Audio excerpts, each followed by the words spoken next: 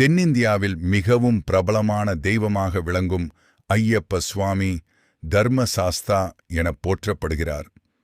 சிவபெருமானும் மோகினி வடிவிலான விஷ்ணுவும் பெற்ற மகனாக கருதப்படும் இவர் கேரளாவில் உள்ள சபரிமலை மலையிலுள்ள கோயிலில் யோகாசன நிலையில் அருள்பாலித்து கோடிக்கணக்கான பக்தர்களின் நம்பிக்கையின் மையமாக உள்ளார்.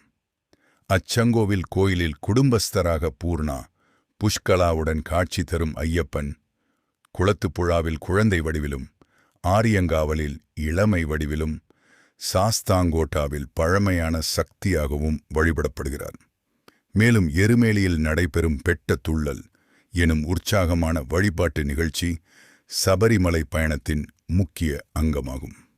பாண்டல் அரண்மனை அவரது குழந்தை பருவத்துடன் தொடர்புடைய புனித இடமாக கருதப்படுவதால் இந்த அனைத்து தலங்களும் ஐயப்ப பக்தர்களுக்கு ஆழமான ஆன்மீக அனுபவத்தை வழங்குகின்றன.